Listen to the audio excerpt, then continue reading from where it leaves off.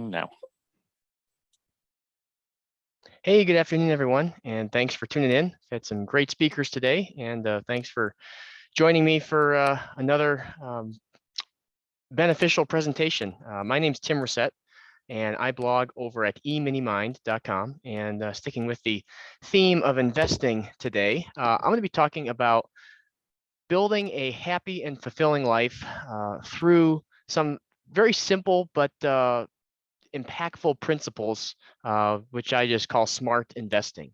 So I'm going to walk you through a handful of things that you can do, whether you're just starting out in your 20s or whether you're retired already. I would guess that most folks looking to invest are probably a little bit on the pre-retirement side of the equation. But nonetheless, there's some good things that I can share here that you might be able to take advantage of if you're already retired.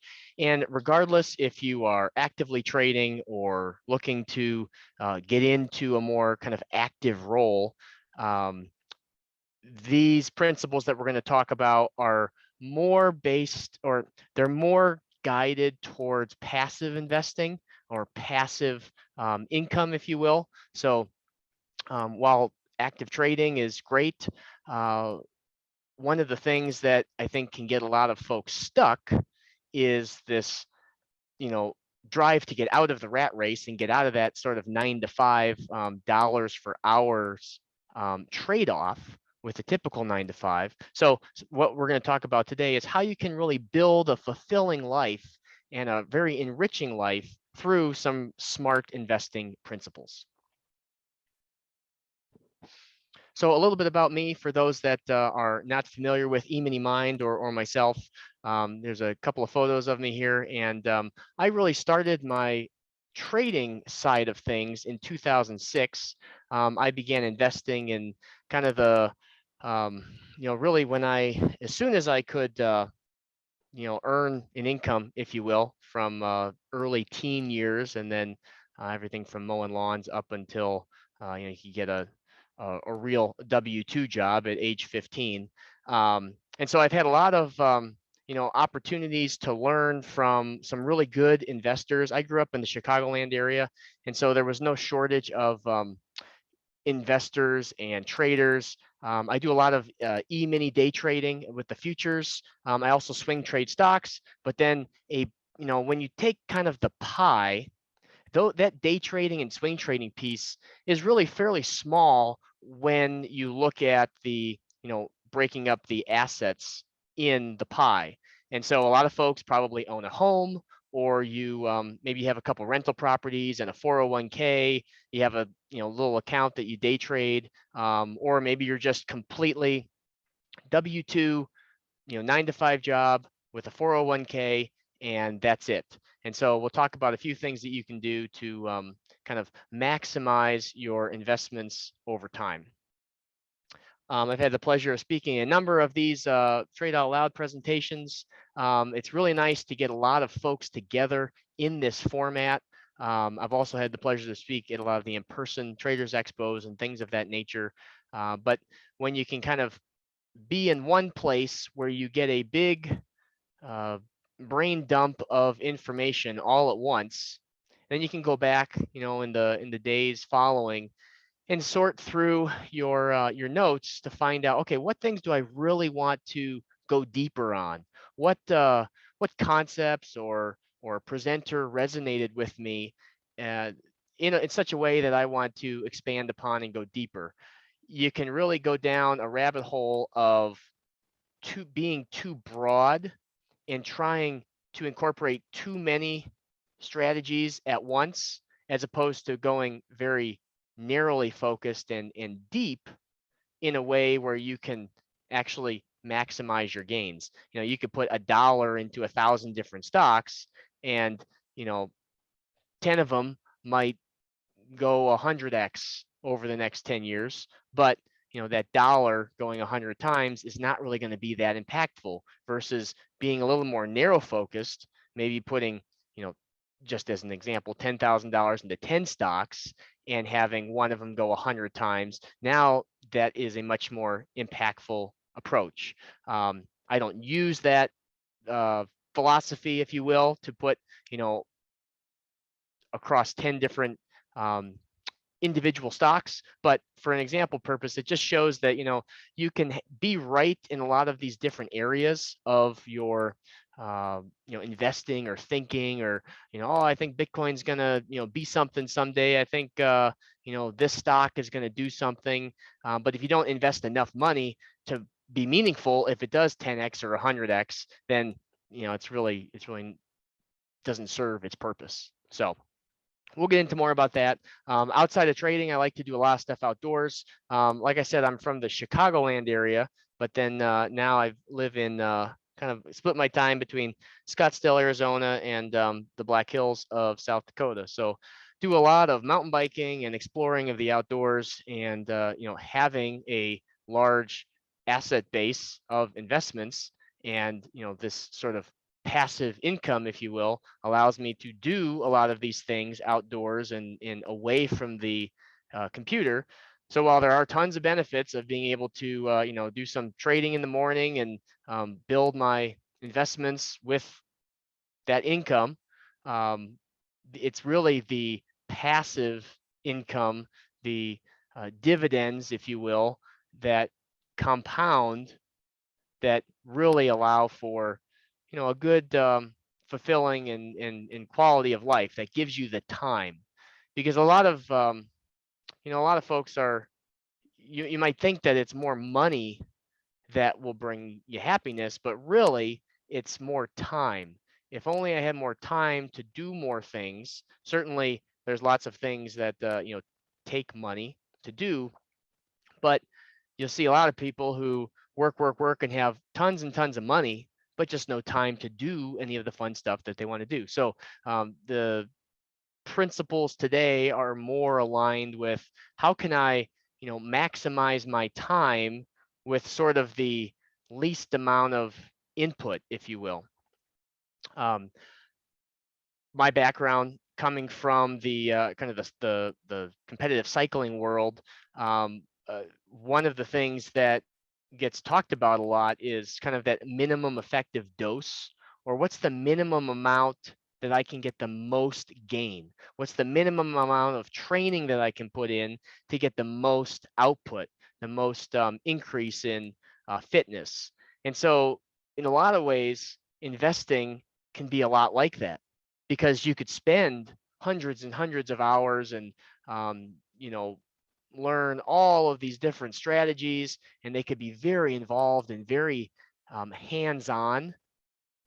But if you're only getting a couple percentage points increase, or even an additional 10% per year, you have to ask yourself, okay, is it worth the trade-off? So for those that are sort of just starting out, I think it's really important to set yourself up for success by defining what that success will be, so that when you quote unquote get there, you kind of know what it is that you're trying to achieve. If you're further along in life and maybe you've got $1 or $2 million already kind of amassed from 20 years of hard work, there are still benefits to defining your success. But what you might find is that you've actually achieved a certain level of success already. It just really might not be as apparent because society and everything else on the outside is saying, more, nicer car, bigger house, and all that kind of stuff. So the more you can become content with your lifestyle and kind of simplify, what is it that I'm looking for that would give me a quote unquote successful life or the perfect day, then you can start to it's almost like taking a weight off. And so one of the things that I like to do is that perfect day. What would a perfect day look like? And so you may find that a perfect day is going out and playing 18 holes, having lunch with your spouse, and then you know, um, having a cocktail in the evening and sitting by the fire, or sitting on the deck and just reading a good book. Um, and so if you really get to paint that picture of what does the perfect day look like, for me, getting outside, so trade in the morning, I typically have, breakfast with my daughter, trade in the morning, go ride my bike, hang out with my wife in the summer, you're hanging out, music in the park, going to the creek, a lot of that stuff that is not that, cost intensive, and it really brings a lot of happiness. And so when you start from, okay, start with the end in mind, it helps you put together, okay, if I'm going to be, investing for my future, what kind of return do I need, or what dollar amount do I need to amass to live that life? And for those of you that are kind of further along in life and feel like, man, I'm not getting ahead. I'm kind of always the hamster wheel is always turning. I go to work and it's a big headache, and I come home and it's kind of the same cycle over and over again. There's a good possibility that with just simplifying a few things, um, you may be able to, you know, not necessarily quit your job, but scale back in a way that's a lot more beneficial, and you can focus on the things that really bring you a lot more happiness. So, what's your perfect day look like? What kind of things do you value, and what's meaningful to you? Because like I said, there's all these external factors that in some ways can be a little bit kind of this top-down approach can feel a little bit holistic. But if driving that BMW really doesn't make you that excited, then go ahead and drive the old beat up Camry. I mean, it really becomes this rat race and this cycle of chasing the next thing and the next thing, to where you could have retired 10 years ago, or you may only have to work for 10 solid years of high income earning and low spending to then be able to travel the country, travel the world, go, buy a sailboat and sail around the world. I mean, there's all these kinds of different hobbies and things that are meaningful to different people. And so if you can figure out, okay, what's meaningful to me? Is it spending time with my family? Is it, getting outside and just being unplugged from all the electronics and things like that? You can really start to clear your head and feel much more grounded. Even just sitting outside the park and just doing a little bit of meditation can be a really good way to become more aware and focused. And so that way, you can be more present when you're with your family, when you're with your spouse, when you're out doing, uh, community events and things like that. And you're not always thinking about work and always stressed out. So if you first define your success, what your perfect day looks like, what are you trying to get to? Like, where is the end? If I was just going out and in supposed to ride with no end goal in mind, with no, okay, I've got to get from here to there. This ride is going to be 50 miles. Okay, well, how much food do I bring? How much water do I bring? What am I going to be going through the mountains? Am I going to go through the desert? Having that destination in mind really creates these milestones where, okay, it's a 50-mile ride and it's mostly flat. It's going to be a little bit rainy, so I can bring a rain vest, and I know how much food I need to take for 50 miles. And you can just kind of check them off as they come. Okay, I'm at 5 miles. I'm at 15 miles. I'm at 25 miles. Hey, I'm halfway there. And so those kind of things really mentally can help get through, those ups and downs that are going to happen throughout life. So when it comes to kind of the next step of creating that master plan and how much money do you need, that's really, I like to break that down to how much money per month am I spending, and are there things that I can eliminate to decrease that monthly net number. If you own a home, you might have a mortgage, and so some of those things may end up going away in time.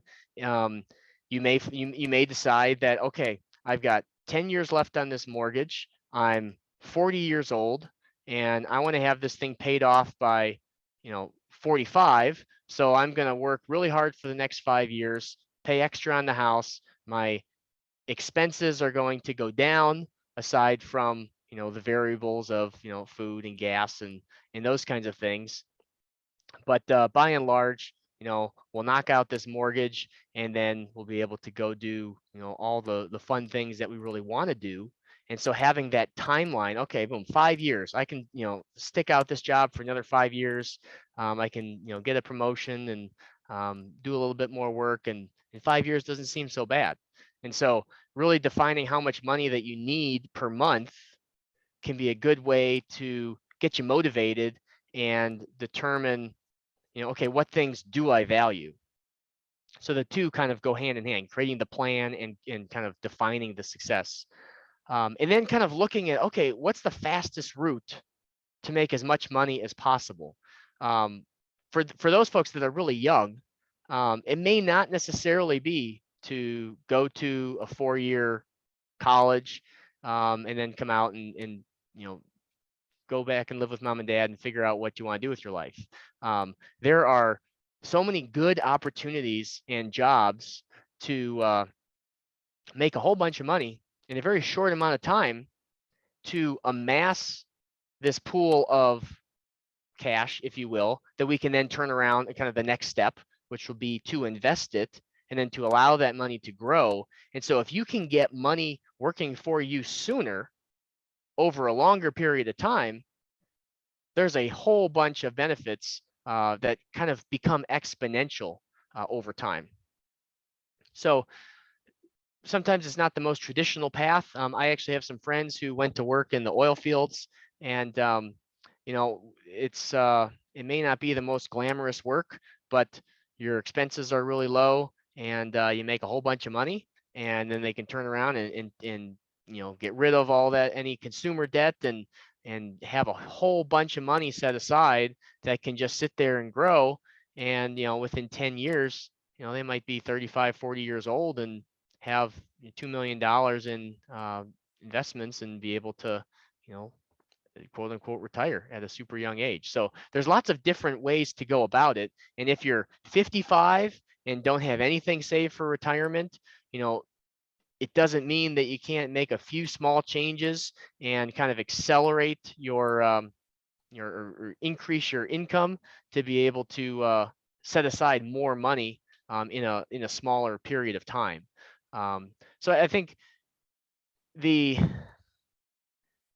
not necessarily that we're trying to get out of working entirely, or just amass some kind of magically amass a big sum of money that we can then invest with. Doing an honest work and a hard day's work, there's a lot of value to that, and it's also enjoyable. If you didn't have a job, ask yourself, okay, what would I do with my time?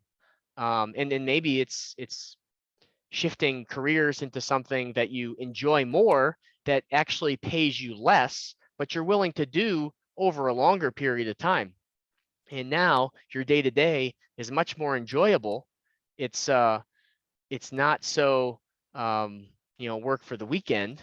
Instead, it's much more fulfilling, and thus you could picture yourself doing that for the next 20 years, and then you kind of add years to your life in some ways without as much stress. So then the third aspect is, what can I cut out to get there faster? If I could put away $1,000 a month for the next 5 years or 10 years, how could I, what if I could put away $2,000 a month? Maybe you feel like you don't have any extra to, invest with, to be able to, save and grow. And so rather than, okay, I need to make more money, looking at the other side of the equation and saying, okay, well, how can I cut out expenses to make the same amount of money, but actually have a bigger margin between my income and expenses? And there's always ways you can cut For those that have rental property, sometimes there becomes a time, as kind of we're in right now, where yeah, the rental income is really nice, but cashing out at a nice high price and taking that money and investing it into a more liquid means can be, you're not just selling the asset when it's a rental property, you're also getting rid of headaches and things like that if you're doing your own property management and whatnot. So sometimes there's ways to make a few small changes, but kind of really step on the accelerator to get there much faster.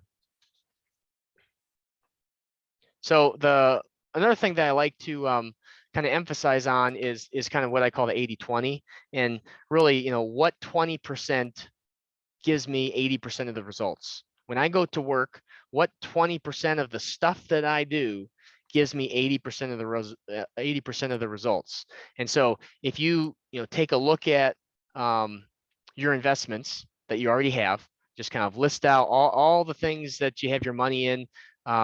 In I would even encourage you to list out, your toys, your cars, even though they're not necessarily appreciating, although, cars, a little bit different story in this current moment, but list out all of the things that you own and, look at, okay, well, what's working and what's not. We bought that boat, we bought that RV, we bought that side by side, and a year later, yeah, they're not that much fun. The boat costs us $10,000 a year just to operate, and gas and storage and all this other stuff, and it's just bleeding my wallet dry. So, of the things that I spent my money on, what's working and what's not. Hey, I've been setting aside $100 a week, and in this separate savings account that I Discover online savings account that cousin Eddie told me to set up and forget about. And hey, I've got $10,000 in that account, and I've totally forgot about it. My life hasn't changed. That seems to be working pretty well. And so those kinds of things, just going through all the things that you spend your money on, what's working and what's not, and then kind of leading you to how can I simplify so I don't have so many moving parts, is a really good way to kind of do a good inventory and then be able to focus your energy on, like I said, what's working versus what's not. So when it comes to kind of investing 101, we're going to be talking about stock and ETF investing, if you will, liquid assets in the stock market as opposed to the real estate side of things. But obviously, if you own a home and you're paying down your mortgage and your home is growing in value, there are a lot of benefits in that, and having a house and stock investments at the same time. So one of the things that are kind of the pieces of investing really start with the growth rate, and then when we look at the difference in growth, whether I'm earning 5% or 10% or 25%, the factors of that growth rate are really the interest, the rate, the percentage change that you're getting, and the time. So the growth rate, I want to grow my account. I want to take this $100,000 and turn it into $1 million. Well, the bigger you can make the interest rate, or the time, the longer the time horizon, or the bigger the interest rate, is going to give you the fastest growth rate.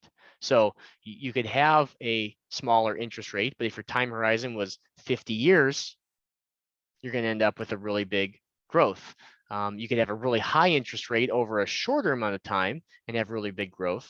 But by and large, that time component is really what compounds in an exponential way the growth of your investments. So you probably heard the phrase time in the market beats timing the market. It might sound a little funny coming from someone who trades for a living, but on the trading side of things, if you want to be a good trader, you need to be trading the market for a long time. So you need to be in the market trading over a long period of time. There's not many folks who, learn to trade and in 6 months make enough money to retire.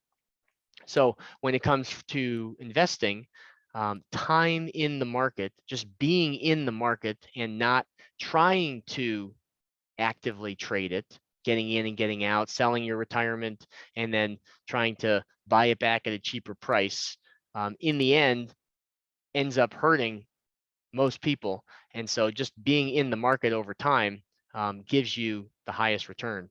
The worst thing that you can do is try and sell your retirement account when you think the market's high. You think, oh, back in 18, people were talking about home prices being high and the stock market being high. Okay, I'm going to sell out in 2018. And then 2019 happens, or start of 2020, market goes down a little bit. You think, okay, yeah, I'm going to get in when the market goes down even more. And the market starts going up, and it goes up, and it goes up. And then 5 years later, 3 years later, you're still sitting on the sidelines in cash. So it's very hard to get back in once you get out. So there's a couple of things you can do to kind of hedge your long-term investments so that you don't have to get out.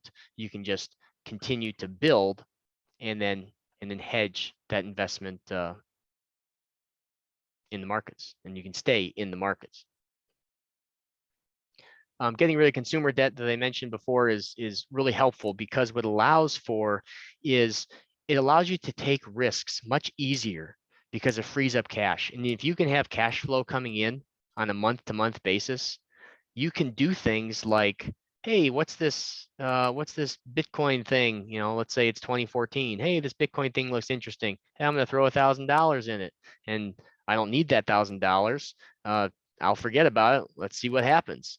And 5 years later, I mean, these big sort of off the wall speculative plays can have a big impact on your portfolio. But if you have a bunch of debt, and if you're living very tight with not much margin in your budget, you're not able to take those risks. You're not able to throw, $100, $500, $1,000 a month into your retirement account, or your, whatever you want to call it, freedom account, quit my job account, so that it can grow over time.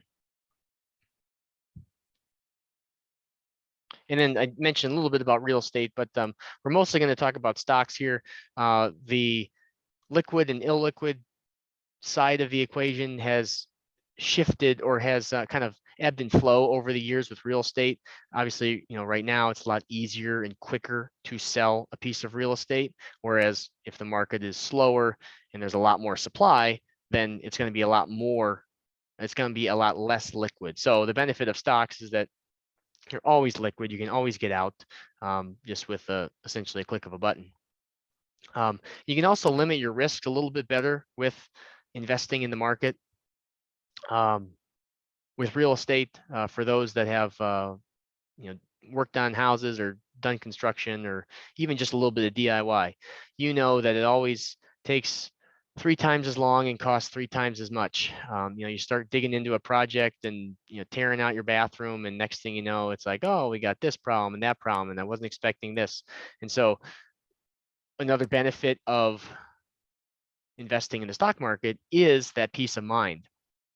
I know a lot of really diehard real estate investors talk about how the stock market is abstract, and they feel like, okay, this real estate thing is tangible and the stock market is intangible. I don't feel like I'm holding on to anything. I got this account that has a number in it and that's it. But really, even if you're, buying an individual ETF or a basket of stocks like an ETF or a mutual fund, you're still investing in those companies, and you're still owning a piece of that company. And so to that respect, there is limited risk with the stock market. And I find that as someone who myself owns multiple houses and has done rentals and fixed up a lot of houses and stuff like that, there are definitely a lot more unexpected things that come up on the real estate side versus the stock market side. I think regardless of which way you swing, finding an edge in real estate is just as important as finding an edge in the stock market, or finding some sort of simple strategy that you're going to focus on. If you're really good at fixing up houses, or if you run a construction business and you can get cheap labor and get building materials at a builder's price, then that could be a real edge to build up a portfolio of real estate, and then or sell those houses that you build to lead to that pile of cash that you're able to invest. So one of the things that can sometimes get people caught up is the trade-off between the time component and the sort of interest rate component. So you kind of need to ask yourself, okay, how much time is needed to increase my return from 10% to 15%, to 12 to 16, from 16 to 20? And is it worth doing that extra, going back to the 80-20? What 20% of what I'm doing gets me 80% of the results? And if I can get, 10, 12% return per year with essentially zero effort, just by buying an S&P index fund. But if and then on the flip side, if I'm going to be more actively involved in my investment portfolio, and I can spend 20 hours a week managing things and doing research and kind of putting a little bit more into this fund, and then when the economy starts doing this, I can take some money out of tech and move it over here to consumer discretionary and whatnot. How much return extra is that going to give you, and are the fees and the increased time and expenditure really worth it? And I would argue that freeing up the time is definitely worth 5 or 10%, if it's going to essentially turn into a full-time job or a nearly part-time job to be able to invest. So the ways that I like to keep it simple as far as my investments go, just buying the index fund. Vanguard's VOO is a really good one. There's a lot of different index funds out there, but Vanguard having very low fees and turnover, and you really don't have to do anything more other than purchase the fund and continue to be buying the funds over and over and over again. So whether you're putting in $100 a week, and as soon as you get enough to buy another share, you can do that. Maybe you put a certain amount in per month, and what I like to do is just continually be buying at sort of a consistent rate as those funds go into my account. And then if the market goes down, or if there's you come into a bonus or something like that, you can do a few things to help give you a little bit extra return on top of just the standard index fund. So which accounts to do this in? If you're under the 200, I think it's 200,000 gross income, adjusted gross income, you can put into a Roth IRA. And the nice thing about the Roth is that you're not taxed on it on the growth, and you can actually withdraw your contribution. So if you put 6,000 in this year, and then next year you decide, oh, I need that $6,000 for some reason, you can actually withdraw that without penalty, your initial contributions. If you're young, it's a great way to get money in there growing for you tax-free. The downside is if you're planning to retire at 40 or 50 or anytime under 59 and a half, then you would be penalized on your contributions. For those that, if you have a spouse and yourself and your combined incomes over 200,000, then you can't use the Roth anyway, so it doesn't matter. Just using a traditional brokerage is fine. When you do the math on the pre-tax versus post, qualified versus non-qualified, in a lot of ways they do come up about the same. you can put more in on a pre-tax account that you're like your 401k, you're putting money in, and a lot of 401ks are, you're not taxed on the money that you're putting it in, but you're taxed on when you take it out. So you have more money to grow, but then you're taxed on the other end of it. But more money up front is growing, whereas an IRA or a Roth IRA, you're taxed on the money. You take what you have left from your paycheck and you put it into your retirement account. So you have less money going in to invest, but then you're not taxed on the other end. So I think the biggest consideration here is, yeah, you can go ahead and put the $6,000 in your Roth IRA and forget about it each year, but growing that brokerage account is nice because if you want to be retired at 35, 45, 50, then you can access that money and pull it out when you need it.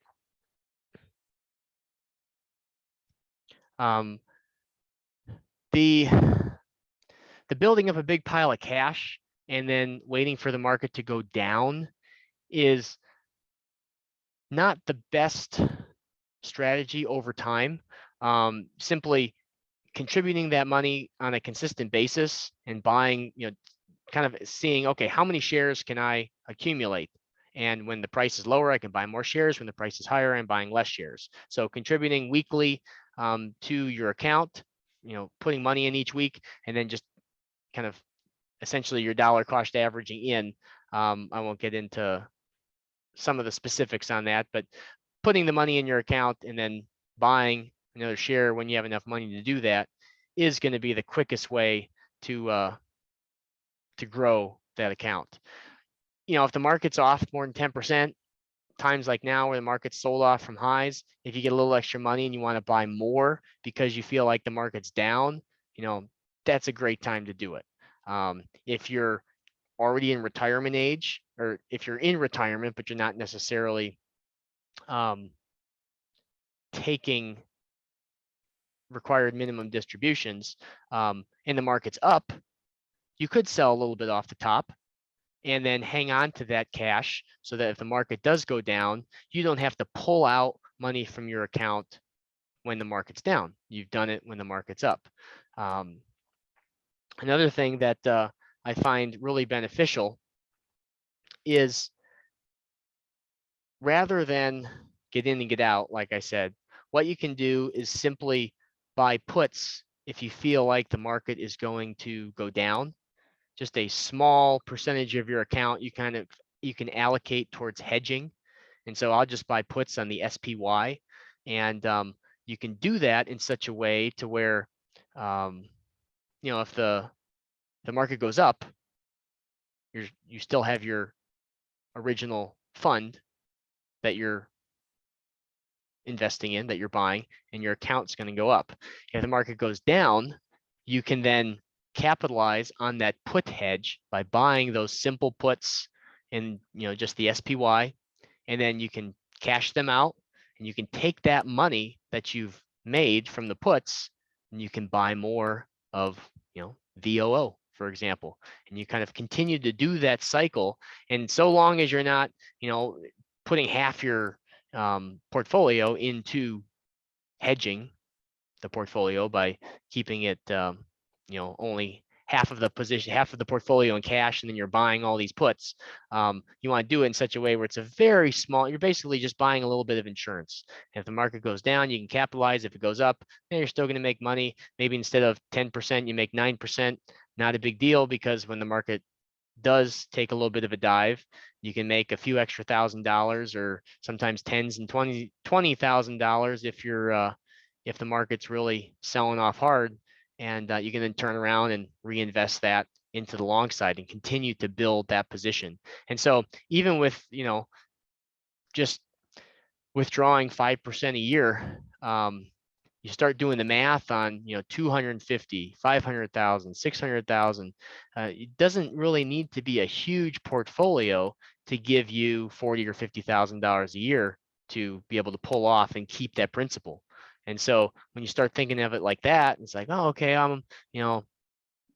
maybe you're in your late 20s or 30s and you got 150,000 in a 401k, and it's like, okay, well, if I do the math here and I work for another 5 or 10 years and I just minimize my expenses a little bit, I can really throw a ton of money in there and get to 800,000 or a million pretty quick, and then be able to essentially just live off a small draw of that account. And then the other nice thing about having, even the Roth IRA or the brokerage account is you kind of have that built-in rainy day fund. If you've got, even if you only have $50,000 in your account, and something happens and you need to get your car fixed, and for whatever reason you don't have the extra cash set aside, and you pull out $5,000 from the account, yeah, you have a little capital gains tax to pay, but at least you're not going into debt and essentially paying interest versus getting interest paid to you. And so there's going back to the building that happy and fulfilling life. You have this rainy day cushion as you build your investment account. In some ways, you can do that with real estate. You can get your rent checks every month and whatnot. But outside of taking out a home equity line of credit, you don't really have access to the cash or refinance. But at this point, nobody's going to refinance their 3% or 2% mortgage to go up to a 5% or 6% mortgage just to take out $50,000. So the refinance thing is kind of dead at this point. But by having a good chunk of money built up over, you get past that year mark, you don't have to pay short-term capital gains. And so now you're down to the 15% for most folks. And, you can really do a lot with freeing up your mental capacity when you have that rainy day cushion built in as well.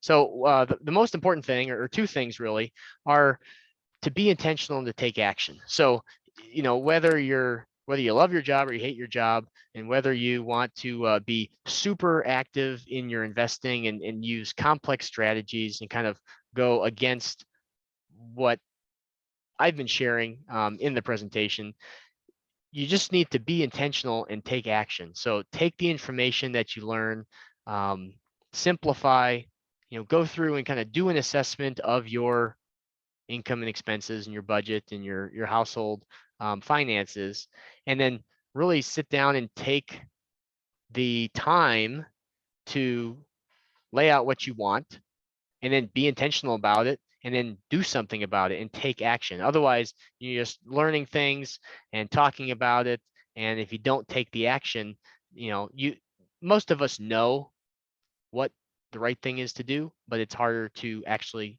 do that thing. Sometimes it's uncomfortable. Sometimes it's, well, I really like going out to eat every other day, or I really like sitting and binge watching such and such show. But if you can really be intentional and have a good reason as to why, or a goal of, okay, I want to be able to quit my job in 5 years, then you can be very intentional about all the decisions that you make every day and every week can lead towards, how can this help me quit my job in 5 years? And then that in turn helps you take action. And really without those two, yeah, you kind of end up just treading water and not getting anywhere. So that knowledge is great, but the applied knowledge is really where the power comes from. There's a couple of good resources I wanted to share. If you like podcasts, there's a really good one with Tim Ferriss. He interviews Edward Thorp. He was a mathematician and hedge fund investor, and we share a lot of the same philosophy about investing and just kind of reward to risk and assessing risks. And it's a very good episode. Good conversations.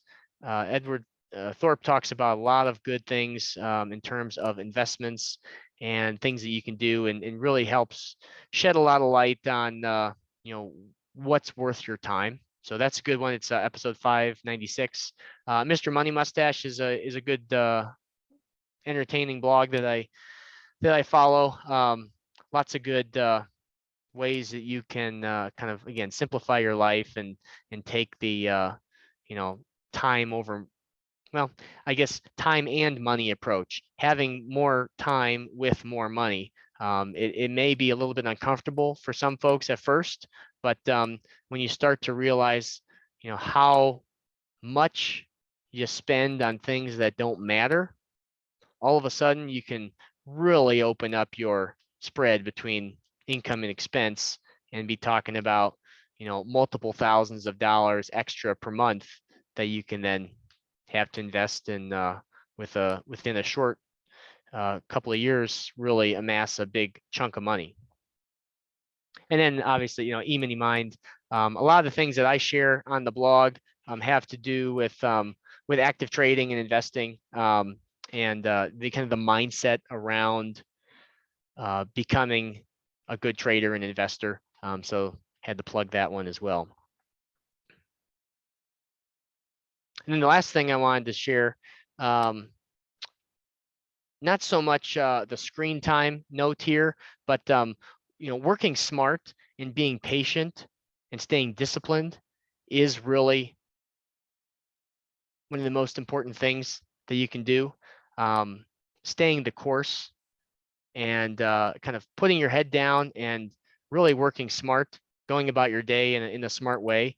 I put together a link that has some different things that I've done over the years that have really had a big impact in my kind of success. And it's just E-mini Minds /success hacks. Different things that have helped me become more productive and successful and kind of stay the course of being able to continue to grow my investments, grow my net worth, acquire more assets, and kind of keep that cycle going. So you can check that out if you like. And if you have other questions or specific things that you want to reach out for, I've got my email there, tim@eminimind.com. So I want to thank everyone for tuning in this afternoon, and I welcome our next presenter, and I hope everyone has a great rest of their day.